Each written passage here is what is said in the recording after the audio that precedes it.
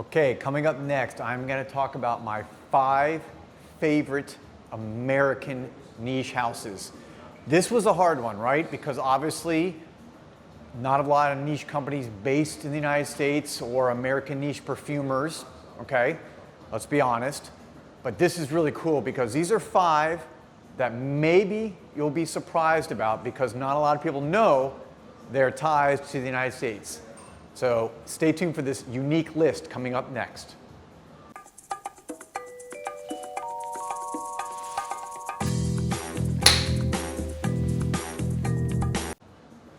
Okay guys, welcome back to Joel the Nose. As you can see here at Osme Perfumery on another beautiful day and just enjoying smelling some new fragrances today. Got some new stuff from État Libre that I'm getting my nose on, but I digress. Today's top is completely different from French perfumery. This is my top 5 list of American niche perfume houses. Tough list to come up with.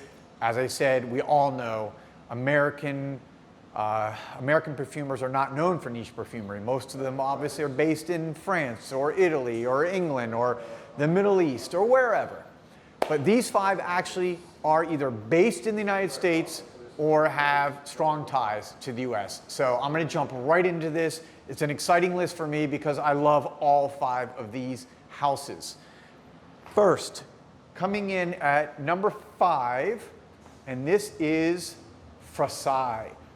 Versailles, this is, I'm showing you Tissandu right here, which is this brown sugar, kind of just beautiful, almost gourmand-like fragrance. One of my favorites from this house. I have Versailles coming in at number 5 because technically Natalia Uteda, who is the founder and creative director, who is a wonderful woman. If you've ever seen her or seen her videos, just so cool. She's been here at Osme a number of times. I've met her here. Just so fun to talk to. She was based in New York. She's actually from Argentina. She was based in New York for many years. She left the fragrance industry to go start her own niche perfume company a couple years ago.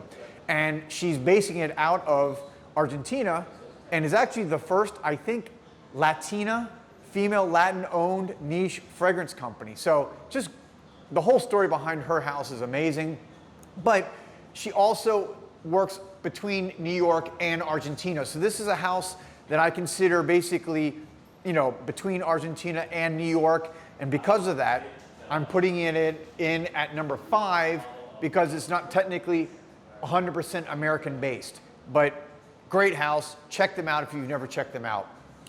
All right, next, coming in at number 4, and this is Arquiste. Okay, Arquiste is interesting story again. Actually, some people consider this a Mexican-American niche house, but the bottom line is they're based in New York City. And I'm coming up with this list because as an attorney, okay, this is how I'm looking at it. If your corporation is based in the United States, and all these companies are, I believe, except for, again, the one I just mentioned, Versailles, then you're an American company. You may have your influences from other countries, you may source your materials from other parts of the world, but legally speaking, you're an American company if you're based here, and if you have legal problems, guess where you have to, you know, solve those problems? Here. So, as a lawyer, this is why I'm calling these American niche houses. I'm holding up Misfit because Misfit, besides being an amazing fragrance from Arquiste, this actually just won the 2021, I believe, Indie Fragrance of the Year. They just got an award and an amazing fragrance. It's been out for a couple years. I think it came out in 2019, but if you haven't tried it, you really gotta try it. It's wonderful. And Arquiste, again, one of my favorite houses. All right, let's go to my number 3 American niche house. This one is gonna be another one surprise. Véronique Gabai. Véronique, of course, she's from France, actually born in Cap d'Antibes in the coastal region of France, but she was the head of Estée Lauder fragrance division for over 20 years, based in New York City for over 20 years. She is a New York City woman. She's proud of that, obviously proud of her French heritage. But the company, bottom line, it's based in the United States. So corporate speaking, corporate-wise, if it's based in New York City, this is an American niche house. So I'm proud to call this an American niche house as an American myself. one of the best niche houses out there, and also one of the youngest, only a couple years old. I've told her story before. She left Estee Lauder a couple years ago after being in the corporate world for many years as one of the most powerful and influential fragrance persons in the world. She launched her own niche house, and it's just stunning.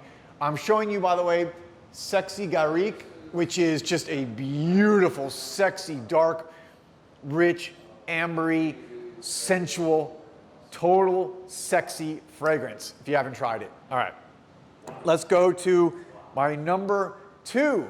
And this one actually kind of surprised me when I was researching again a little bit more. You've seen me talk about this house. This is Sire. I'm holding up Desired, one of my top 5 fragrances of all time. Best date fragrance, best beast mode. This thing does everything in this little bottle, this little beautiful gold bottle. But Sire is, again, actually based in the United States. If you look at corporate speaking, corporate-wise, they're United States, American company. So therefore, even though the founder may be French, the creative director, a lot of it may be obviously French influenced. To me, this is kind of classic French perfumery, the smell. Hey, they're based here, so Sire, you're on my list as number 2 American niche house, my number 2 favorite American niche house. And coming in at number 1, because this is probably the one true 100% American niche house out there. And you guys know this house, it's Imaginary Authors. Everyone kind of knows this, right? This is among the niche fragrance community. People know this house as the American niche house. Josh Meyer, American, based out of the kind of Pacific Northwest. This is just, you know, as American as it gets, from the founder, the creative director. Everything about this house is American. And I, as a writer, artist myself, just love what he's done with this house. Imaginary Authors. Every fragrance they do, by the way, the last note they list is an imaginary note, just like the house name, and it's all based on literary themes. This one says, Ephora Night Market. And by the way, that is Slow Explosions. I own this one personally. It's so unique. This is not for everybody, but it's this beautiful kind of saffron, apple, leather note that is one of the more unique bottles or fragrances in my collection, and that's what I like about this house. They have another one called Sun Drunk. I've talked about it before. It's like, smells like orange sun-kissed or soda, or an orange popsicle. Amazing how he does it. But again, number 1 American niche house. I don't think anyone would argue with that. I mean, this is truly American. So there you have it, my top 5 American niche houses. Love doing this list. Took me a little time because I wanted to make sure that the parameters I had to give you the right information. But let me know if you guys have other ones that you think should be on this list. Maybe ones that are a little bit under the radar that people don't know about. I'd love to hear about it. I love learning from you guys, just like I like providing valuable information to you. Thank you for watching. Thank you for subscribing. And I hope everyone's having a great day. I'll be back soon with another video. Peace and love.